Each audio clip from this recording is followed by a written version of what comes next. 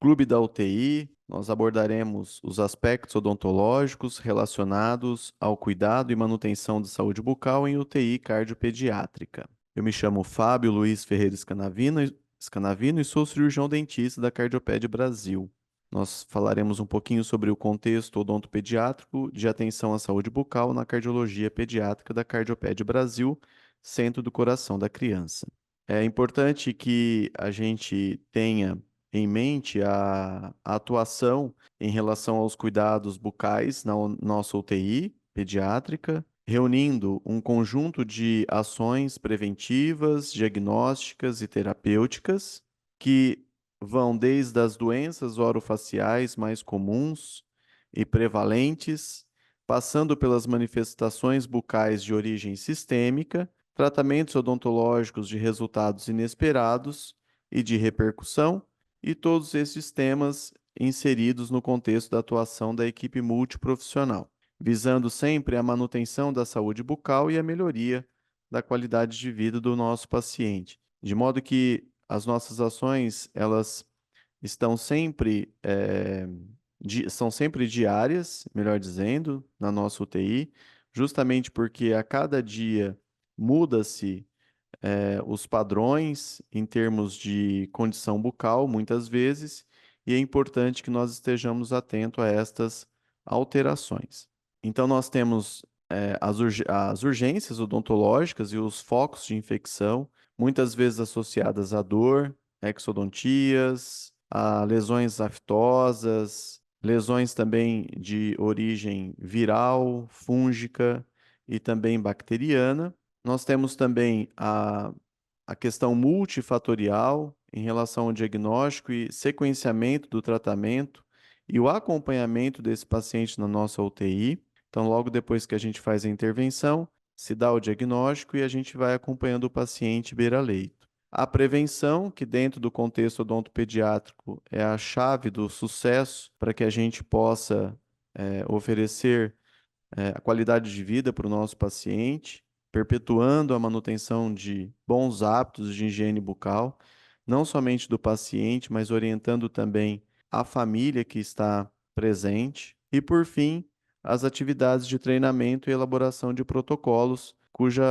a função também, a missão aqui do Clube da UTI é justamente a gente trazer informações e mantendo sempre a equipe atualizada, garantindo a continuidade do nosso trabalho e o êxito nas ações instituídas junto à equipe multiprofissional. É importante que a gente tenha em mente sempre as características anatômicas dos dentes, como o nosso público aqui é infantil, a gente vai ter, em sua maioria, dentes descidos, mas também nós temos pacientes sob forma de dentadura mista, que a gente chama quando está caindo o dente de leite, né, ou descido e rompendo o dente permanente. Muitas vezes com comprometimento pulpar, então por meio de uma lesão de cárie ativa, aguda, ou até mesmo da inflamação da gengiva, que a gente chama de gengivite. E as infecções bucais, que nós encontramos também invariavelmente na nossa UTI. Ela pode ser viral, bacteriana e fúngica. E com isso a gente tem que redobrar o cuidado em relação à pneumonia associada à ventilação mecânica e para nossos pacientes cardiopatas, né, de um modo especial, a endocardite infecciosa. Então nós temos dentro desse rol de ações a associação aos processos dolorosos, né, o medo, a ansiedade, a gente trata de um público infanto-juvenil, a ansiedade por parte dos pais, até mesmo em relação às questões que ultrapassam a questão odontológica, mas sobretudo a questão cardiológica dessa criança, a cardiopatia congênita que ela atravessa. E sempre as visitas em leito, nós buscamos sempre dessensibilizar não somente a criança, mas os pais também em relação à condição bucal e aquilo que a gente pode fazer para favorecer uma higiene oral satisfatória e a importância, né, da gente sempre estar evitando danos psicológicos, que muitas vezes persiste na fase adulta, independente da criança estar ou não no seu leito, né, ou na enfermaria ou aqui na UTI. A gente trabalha também com a questão odontológica de uma maneira mais suave, de modo a gente conseguir bons resultados sem mais traumas. Rapidez e segurança, então, os nossos procedimentos, aquilo que a gente faz na UTI, em termos de odontologia, não podemos, né, ter um tempo muito a mais daquele necessário do que a criança já está ali, muitas vezes numa situação grave, então a gente precisa ser ágil, rápido e sempre com segurança. E os aspectos legais e bioéticos que envolvem toda a nossa conduta. Uma intervenção criteriosa, às vezes nós não fazemos naquele momento o procedimento, deixamos, postergamos, adiamos para um momento melhor, aplicamos os conhecimentos adquiridos, no caso, a odontopediatria, a gente vivencia segundo os aspectos da cardiopatia congênita também, e habilidade sempre para lidar com pais, crianças e com a equipe de um modo especial. Então, a nossa missão, a gente pode resumir na instituição de ações de recuperação da saúde do nosso paciente infantil, infanto-juvenil, realizar diagnósticos precoces, executar tratamento imediato, muitas vezes, como eu falei, nós adiamos naquele momento, naquela situação, até a melhora do quadro clínico, e em seguida nós atuamos, né? Então ele pode ser imediato ou imediato, estagnar a doença e impedir incapacidades e danos, e o planejamento e organização das ações de prevenção. Eu sempre bato na tecla de que a odontopediatria, ela tem um foco muito grande em relação à prevenção, aos aspectos de promoção de saúde, que para nós faz uma diferença tamanha. Então aqui a gente pode observar, né, o ato aí da escovação realizado pela enfermeira da nossa UTI, da Cardioped Brasil. Nós temos alguns fatores determinantes que são constitucionais e biológicos inerentes à criança. Então, nós temos aqui tendências regionais e familiares, crianças que vêm desde o norte, nordeste, e que muitas vezes guardam consigo algumas questões culturais que nós precisamos respeitar e, dentro do limite, propor algumas ações efetivas para o bom tratamento dessa criança em termos de higiene.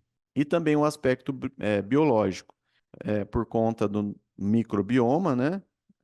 E aí nós temos inseridos a microbiota, então, dentro desse microbioma, nós temos língua, dentes, mucosa jugal, enfim. E nós temos também as bactérias que geralmente são mais prevalentes nessa cavidade oral, juntamente com esse ambiente favorável. E o meio externo, tá? Então, por exemplo, no caso eh, de uma intubação, por exemplo, né, o tubo seria o meio externo, né, que adentra a cavidade oral, e aí a gente precisa também voltar o nosso olhar em relação não somente à higiene da boca como um todo, dentes, língua, mas também desse dispositivo externo. Então, a microbiota oral é considerada a segunda maior comunidade microbiana em humanos, e é importantíssimo que a gente mantenha, né, esse estado de equilíbrio. Então, é sabido, a literatura traz para nós que após 48 horas de uma criança admitida na UTI, essa microbiota oral ela se modifica, né? Então, existe uma mudança, e essas mudanças trazem alterações no pH, mutações gênicas, né, genéticas, melhor dizendo, envolvidas, e interações entre as próprias bactérias, né, que é o biofilme propriamente dito, aquele consórcio microbiano de na verdade fica aderido ao esmalte dentário, não ao rolete gengival, como a gente vai falar um pouquinho, né? Mas sim ao dente. E aí, quando a gente tem esse biofilme, nós temos uma condição mais favorável a uma lesão cariosa, a uma gengivite e assim por diante. Nós temos a saliva, né, a constituição da saliva, muitas vezes interfere diretamente nessa estabilização da microbiota. A língua, então a língua é importantíssima, né? Nós temos ali micropapilas que acabam retendo alimentos, então paciente em com uma dieta oral, né? Então é importante que a gente também observe a existência ou não da saburra lingual, que é aquela massinha esbranquiçada que fica sobre a língua. Quando nós temos dentes, como eu falei para vocês, o biofilme, mas independente de dente ou não, né, nós temos os roletos gengivais, que na verdade também outras bactérias específicas podem ficar sobre esse rolete gengival, então é importante que a gente faça a higiene com a gaze. Aqui na nossa UTI, umedecida com a clorexidina 0,12%, sob forma de solução. E o palato, né? O palato, mucosa jugal. Então, a gente tem aí toda essa. é, Realmente é um microbioma que alberga muitas vezes bactérias, fungos e vírus também, né? Protozoários e assim por diante. Então, algumas doenças, né, que a gente observa se manifestando na cavidade oral. Então, a, a GEA, né, que é a gengivoestomatite herpética aguda primária e causada por um vírus. O tratamento é bem simples e o diagnóstico, quanto é, mais cedo possível, melhor é o prognóstico. Então, nós entramos aqui na nossa UTI sempre com auxílio da laser terapia bucal, que é bem efetiva no tratamento dessas lesões, e algumas medicações auxiliares, sempre conversando com a equipe médica para adotarmos o melhor caminho. Nós também temos o herpes simples recorrente, da primeira manifestação da GEA, depois nós temos a herpes, né?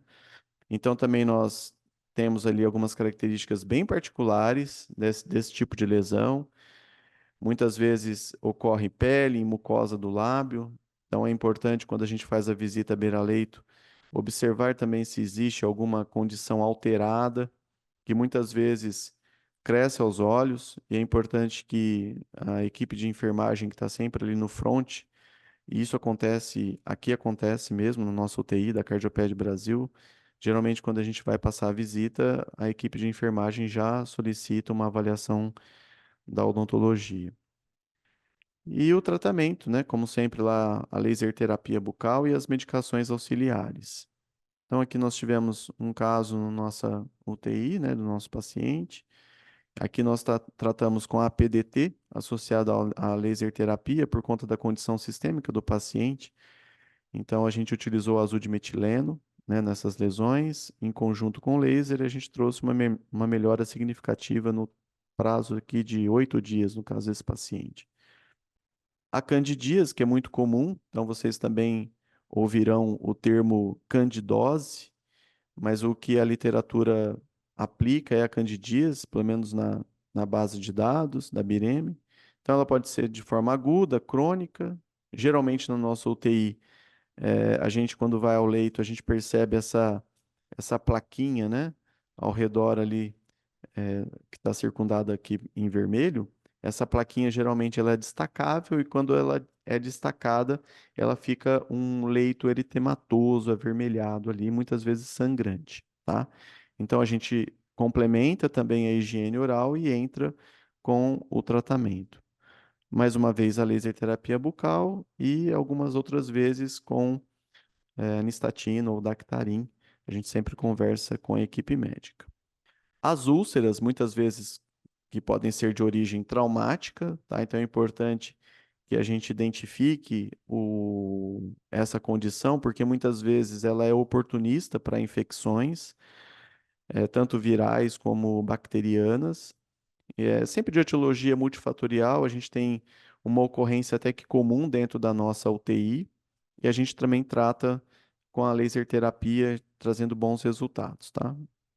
Aqui é um pacientezinho também que a gente justamente a gente observa sempre, tenta questionar o porquê, né, dessa úlcera, se ela é traumática, se ela foi causada por alguma interposição acidental de algum objeto na boca. Então, geralmente a gente tem essa associação muito mais traumática local do que qualquer do que qualquer outro acometimento, tá? Ainda continuando, né, nas úlceras, o tratamento é bem tranquilo com a laser terapia bucal e a associação de medicações auxiliares. Aqui é um ponto importante que eu trago para vocês em relação aos cistos gengivais do recém-nascido. Às vezes espanta um pouquinho, e para um diagnóstico diferencial é importante que toda a equipe esteja atenta, né? Muitas vezes a gente recebe relatos de que, dos pais, né, principalmente, de que começou a romper o primeiro dentinho quando a criança tem, sei lá, 1 mês, 2 meses, né? Então a gente já percebe que pode acontecer, evidentemente, mas muitas vezes estas ocorrências nada mais são do que os cistos gengivais. Então a gente classifica em dois tipos de cistos, né? E em função da sua localização. Os nódulos de Baum, que são aquelas cistos múltiplos esbranquiçados, geralmente até 3 milímetros, não são muito grandes, que ficam no rebordo, né, do rolete gengival. Então a criança ainda não tem dente, isso é uma característica do recém-nascido. E nós podemos ter também as pérolas de Epstein, que se localizam na ráfia palatina, é, sobretudo na junção entre os palatos duro e mole. Então, são cistos que vão desaparecer espontaneamente, né? A gente não precisa fazer nenhuma cirurgia para remover, espontaneamente ele vai se desfazendo, né? É uma questão mais histológica, né, que a gente chama de restos epiteliais, que ficam ali, né, da formação do dente e que vão se desprendendo e afloram no rolete gengival, tá? Sem maiores problemas. Então a gente tenta sempre manter um equilíbrio desse microbioma que a nossa boca tem, restaurando sempre que possível a estabilidade quando ele está desequilibrado. E aqui eu vou trazer para vocês alguns artigos que enfatizam, e aqui inclusive alguns que mostram a importância da enfermagem na obtenção desses bons resultados. Então, esse primeiro aqui falando sobre a PAV, né, pneumonia associada à ventilação mecânica, em que em que relata, melhor dizendo, que crianças internadas em UTI estão mais susceptíveis à colonização de patógenos respiratórios e oportunistas desde as primeiras horas. Então é importante esse gapzinho que a gente reforce a higiene oral. Outro trabalho aqui evidenciando a questão da higiene bucal para a gente diminuir a proliferação de bactérias na corrente sanguínea, evitando inclusive também a endocardite. Um outro trabalho mostrando a importância da equipe da enfermagem, ajudando e garantindo as crianças, né, para que a gente tenha bons resultados, regulares e eficazes em termos de higiene bucal. Então é importantíssimo esse nosso momento aqui em termos de orientação e treinamento da equipe. Um outro falando sobre os cuidados que nós fazemos aqui na nossa UTI, depois mais para frente eu vou mostrar para vocês um quadrozinho bem tranquilo, bem fácil de lembrar para a gente poder fazer a higiene oral. Então, aqui nós utilizamos a clorexidina 0,12%, solução aquosa, muitas vezes com gase quando nós temos roletes gengivais, né, bebês ainda recém-nascidos, ou escova de dentes quando nós temos já dentes na cavidade oral da criança. O tubo de aspiração também nos auxilia quando a gente não tem a escova de sucção. Então, a gente utiliza beira-leito. A única questão é que a gente talvez precise de uma certa ajuda de um outro colega ali para poder agilizar todo esse processo. Como eu falei para vocês, esse momento da higiene oral ela tem que ser rápida, ágil e eficiente, né? Reunindo tudo isso ao mesmo tempo. E muitas vezes a gente utiliza a pasta fluoretada também, tá? Então aqui nós comemoramos quando nós temos muitos dias sem a PAV, que é um gargalo para todos os hospitais, não somente do Brasil, mas do mundo também. Na cardiopédia, a gente também, na nossa UTI, nós identificamos crianças, como eu falei também anteriormente, oriundas de diversas regiões do país, em que as condições bucais não são tão favoráveis, até por conta da assistência que não consegue, né? A gente não tem uma demanda, não consegue suprir essa demanda nessas regiões. E aí as crianças muitas vezes chegam nessa condição com lesões de cárie ativas por toda a cavidade bucal, né? Então aqui a gente percebe já logo aqui acima eh, dos incisivos, né, que são esses dentes da frente, um leve esbranquecimento.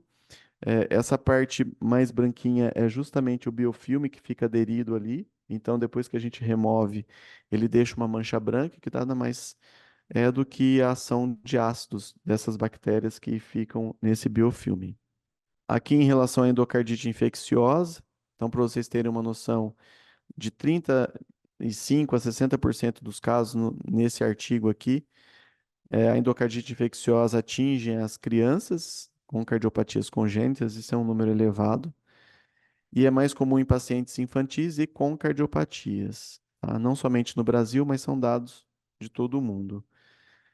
E vai das características clínicas, né? Nós incluímos ali a perda de peso, febre e a própria embolização séptica. Outro artigo aqui relatando sobre esse microbioma diferente, né, na cavidade bucal das nossas crianças cardiopatas congênitas. Então, existe um estudo que mostra que nós temos diferenças da cavidade bucal de uma criança cardiopata daquelas que são normais.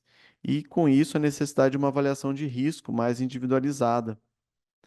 A saúde bucal, né, de um modo especial. Então, aqui nós avaliamos o nosso paciente em termos de risco, se esse paciente é alto ou baixo risco à cárie, e aí a gente institui os protocolos clínicos. Aqui um artigo bem interessante falando sobre a prevalência da lesão cariosa em pacientes com cardiopatias congênitas, tá? Então é bem legal a contribuição de toda a equipe, né, e os dos pais também em relação a essa promoção de saúde das crianças, exercitando os bons hábitos de higiene oral. Mais um artigo falando sobre a cárie dentária, né, o controle melhor da doença cárie em crianças com cardiopatias. Muitas vezes, quando nós não temos com outra maneira de devolver a saúde bucal, prevenindo ou tratando com procedimentos mais simples dentro do contexto odontológico, a gente parte para o tratamento mais radical, que é a exodontia, a remoção do elemento dentário. Bom, aqui é uma parte importante que eu gostaria de destacar para vocês. Nós temos, dentro da nossa UTI, algumas condições que, associadas à avaliação odontológica, a gente vai designar um padrão de higiene bucal para as crianças. Então, vocês vão ter as crianças sob ventilação mecânica, ou entubadas ou traqueostomizadas, aquelas que estão em alto fluxo, catéter de O2, ventilação não invasiva, e nós temos o terceiro grupo, que são as crianças em ar ambiente. Então, por que que eu chamo a atenção de vocês para esse ponto? Porque a partir do padrão ventilatório, associando com o exame clínico que eu faço, é que a gente vai é, designar o tipo de higiene que nós vamos fazer para cada criança, tá? Então, quando eu tenho uma criança que não tem dente algum, é uma criança desdentada, né, vamos dizer assim, nós só temos roletes gengivais. Rolete gengival é que só tem a gengiva ali, né? Então, o que que vai acontecer? Independente do padrão ventilatório que ela esteja, se ela estiver entubada, se ela estiver VNI ou se ela estiver em ar ambiente, independente. Não tem dente. A gente sempre vai fazer a higiene oral dela com a clorexidina, 0,12%, umedecendo, melhor dizendo, com essa solução de clorexidina a gase. Simples. Tira o excesso dessa clorexidina, né, do Clorex que está lá, e a gente vai passar no rolete gengival, só na gengiva. Lembrando, sempre sentido horário. Então, eu começo sempre no rolete gengival superior e posterior, lá atrás, trago para frente e vou seguindo esse mesmo sentido horário embaixo, posterior para frente. E por fim, muitas vezes eu troco a gase quando há necessidade e faço separadamente a língua, tá? Passo sobre o dorso da língua essa gase com clorexidina, tá? Se é uma criança, por exemplo, que já está com um quadro de candidíase, então depois que eu faço a higiene dos roletes, geralmente eu faço uma gase embebida com clorexidina em cima, no rolete superior, troco, coloco outra gase, umedeço com clorexidina e passo no inferior. Troco. Pego outra gase, embebo na clorexidina e passo na língua. Então, às vezes, eu faço 3 vezes as trocas. quando essa criança já tem uma condição alterada de boca, tá? No caso da candidíase que eu trouxe para vocês. Então, é bem tranquilo quando nós só temos roletes gengivais. Aí tem um estudo que fala o seguinte, e aí eu gostaria de chamar a atenção de vocês. Não adianta a gente passar gaze em criança com dente. A efetividade, a remoção do biofilme, ela acontece mecanicamente por meio das cerdas da escova. Então, o que que nós vamos fazer a partir desse momento? Quando eu tenho crianças com dente, percebam, diferente daquele outro estado, só tenho gengiva. Aqui não, aqui eu já tenho dente. Às vezes dois, três, quatro, às vezes a boca inteira, às vezes aquela dentição mista, com dente caindo, dente rompendo, tá? Então, eu vou avaliar em relação ao padrão ventilatório. Criança entubada, traqueostomizada, sedada, inconsciente. Ou seja, é uma criança que eu vou precisar fazer o quê? A escovação com a escova, a higiene oral com a escova. Não adianta, pessoal, né? Não adianta. Os resultados não são tão efetivos se a gente colocar gaze nessa boca. Nossa, Fábio, mas aí eu vou ter que colocar a escova. Nossa, às vezes está corrido o tempo, né? Não pode fazer com a gaze. A efetividade mostra que é a escova é que vai remover esse biofilme que fica sobre esse dente, tá? Então eu vou utilizar o quê? Se eu tiver escova de sucção, eu utilizo a escova de sucção, né? Não é o nosso caso aqui, pelo menos atualmente, então a gente faz a escovação com uma escovinha convencional, que eu sempre deixo um kit beira-leito, tá? Depois eu vou mostrar para vocês onde a gente costuma deixar. E aí a gente faz sempre com auxílio. Quando eu preciso fazer a aspiração, por conta de saliva, muitas vezes se a criança está sealorreica, é, às vezes mistura um pouquinho com a própria clorexidina que não, a gente não consegue remover todo o excesso, então a gente tem que fazer a aspiração, tá? Beira-leito mesmo. Assim como a físio faz da secreção, a gente faz dos fluidos ali dentro da cavidade bucal. E escovo normalmente, tá? Movimentos circulares e de vai e vem, né? Vamos dizer assim, sempre de posterior para anterior. E não esquecendo de escovar a língua, tá?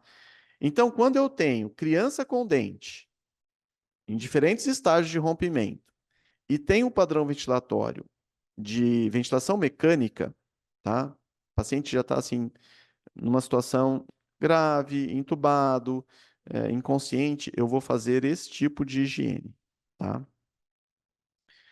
Aí o que que vai acontecer? Eu posso fazer com a Clorex, então eu coloco na própria tampinha do Clorex que vem, eu mergulho a cerda da escova, tiro o excesso e faço a escovação dos dentes que a criança tem, tá? Aí depois que eu fiz essa higiene, eu preciso repetir, né? Eu percebo que a boca da criança está com bastante sujidade. Lavo essa cerda no tanque e volto, mergulho de novo no Clorex e passo, complemento a higiene oral, tá? Então essa é a higiene. Depois nós vamos falar sobre os passos de desinfecção dessa escova. Bom, agora eu tenho uma condição de que a criança está numa ventilação não invasiva, um alto fluxo, catéter de O2, mas tem dente. Continuo com a escova, tá? Continuo com a escova. No mesmo esquema que eu mostrei para vocês agora há pouco, de uma ventilação mecânica. Agora, eu observo no leito, e aí eu que coloco isso na minha evolução e eu passo para a equipe da enfermagem também. Às vezes eu percebo que a criança, embora esteja numa ventilação não invasiva, num alto fluxo, catéter de O2, ela consegue fazer, inclusive, com a pasta de dente. E essa nossa pasta de dente, ela é fluoretada. Muitas vezes, crianças que têm alto risco à cárie, é importante a gente já entrar com flúor, né? Também, para auxiliar na higiene. Então, às vezes, a gente vai fazer, eu vou falar para vocês, olha, a equipe de enfermagem que está beira-leito, nós vamos utilizar a pasta, tá? Quantidade mínima. Crianças de até 3 anos é um grãozinho de arroz cru ou seco. E crianças com mais de 3 anos, a gente faz um grãozinho de ervilha, tá? Nossa, Fábio, mas ela não tem todos os dentes ainda. Como é que a gente pode fazer? Faz metade do grãozinho do arroz cru, tá? Seco. É bem tranquilo, é só sujando mesmo as cerdas. Isso é importante para a gente já oferecer para o paciente a proteção do flúor, tá?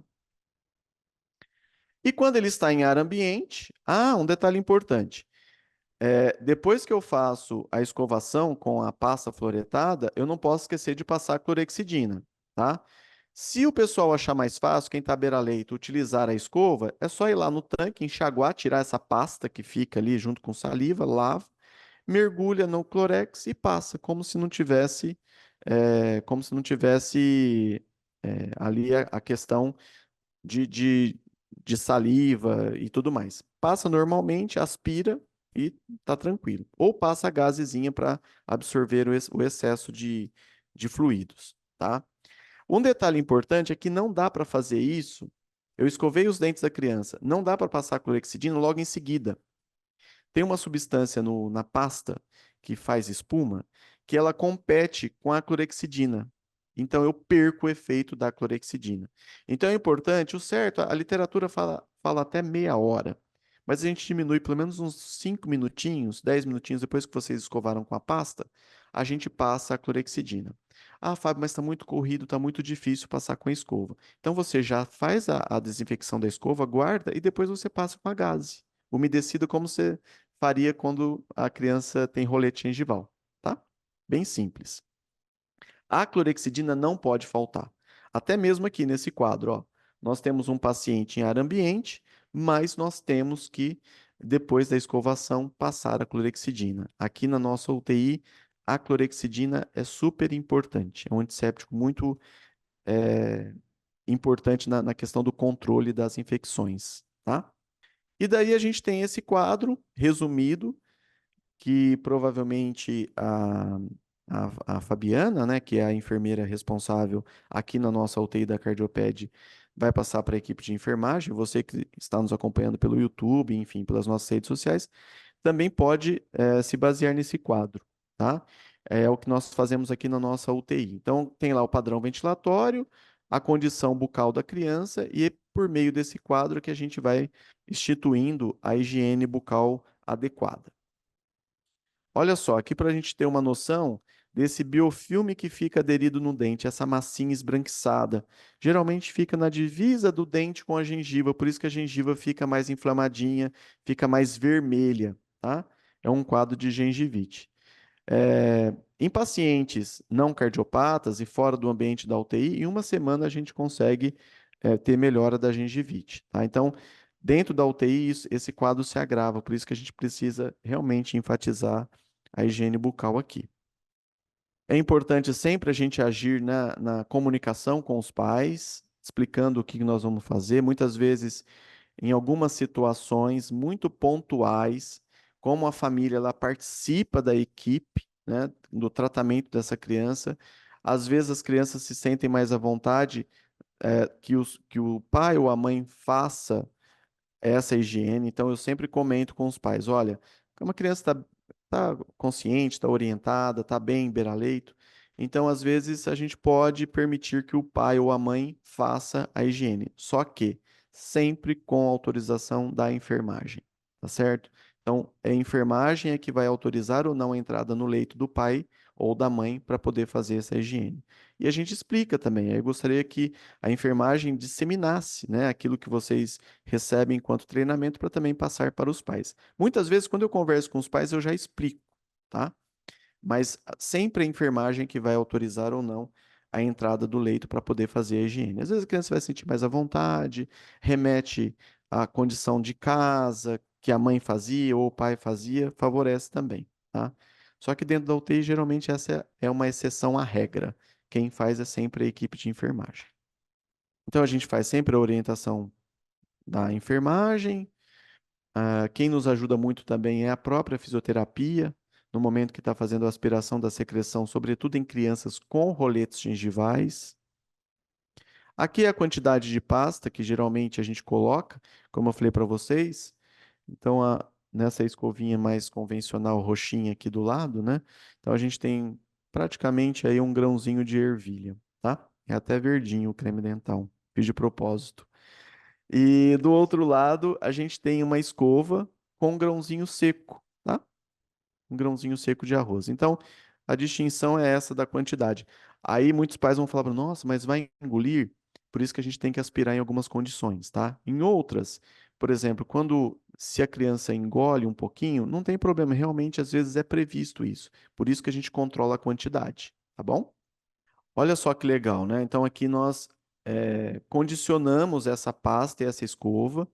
Muitas vezes a gente tem também um saquinho plástico, mas é complicado o saquinho plástico, não pode dar nó nesse saquinho plástico, porque como a gente faz a desinfecção da escova, lavando em água corrente no tanque e depois tirando o excesso, que eu vou explicar para vocês, às vezes fica abafado e ali favorece o crescimento de bactérias, tá bom?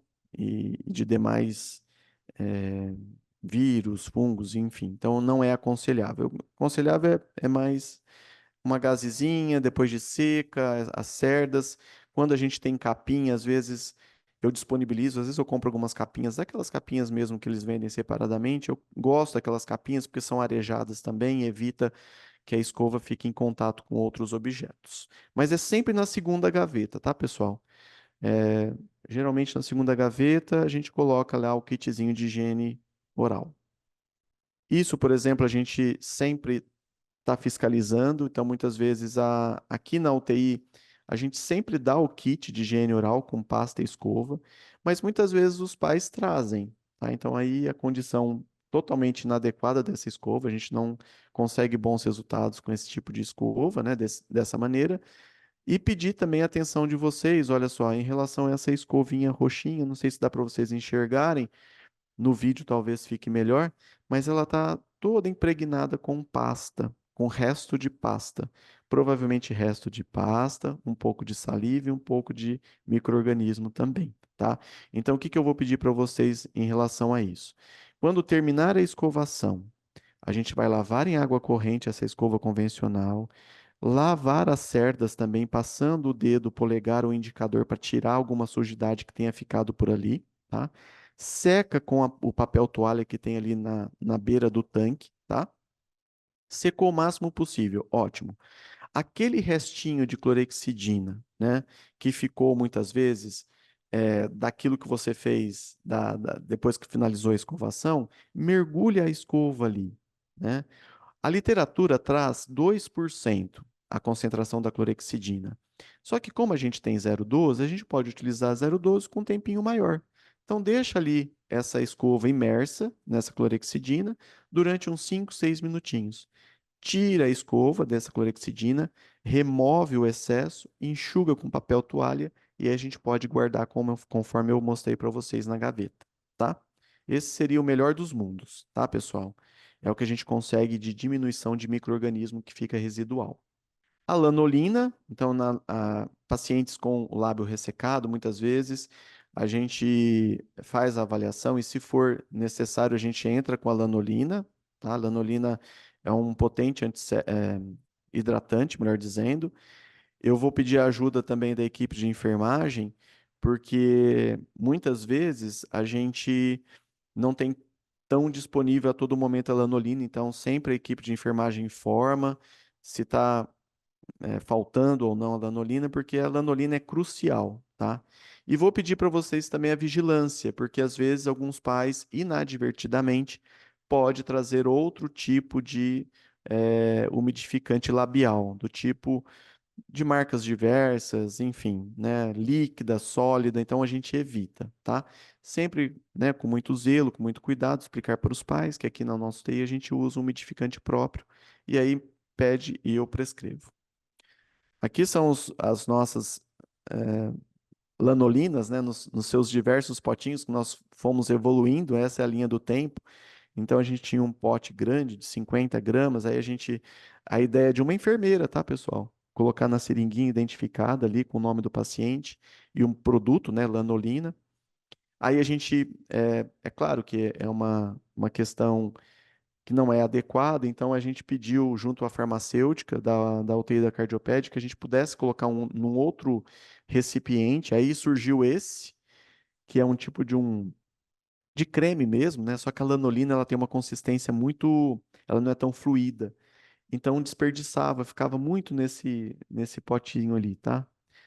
Com aquela tampinha laranja. E aí hoje nós temos esse frasquinho que é 5 gramas, né? Bem tranquilo. Abre o potinho, pega com o dedo indicador e passa apenas nos lábios, tá? Então esse é um detalhe importante da lanolina, tá, pessoal? Às vezes a criança está entubada, está com a fixação, a lanolina ela tira a fixação. É incrível. Ela é um potente umidificante. Então é importante que a gente passe apenas nos lábios. Nossa, Fábio, foi um pouquinho para dentro quando eu passei lanolina. Não tem problema, tá? Não vai causar mal algum. Mas é importante que a gente passe apenas nos lábios, tá? Superior e inferior. E esse é o nosso fluxograma que a gente faz dentro da odontologia na Cardioped. Quando a criança vem internada, é admitida, eu faço o exame clínico, já avalio em relação à dentição, se tem dente, se tem rolete gengival. Cada dia essa criança ela pode mudar o padrão ventilatório, então dependendo da mudança desse padrão ventilatório, eu já sei o que ela tem na boca, né? Se tem dente ou não, a gente vai se norteando com os nossos protocolos aqui, tá? É uma breve síntese. Era isso que eu tinha que falar para vocês. Muito obrigado e até a próxima.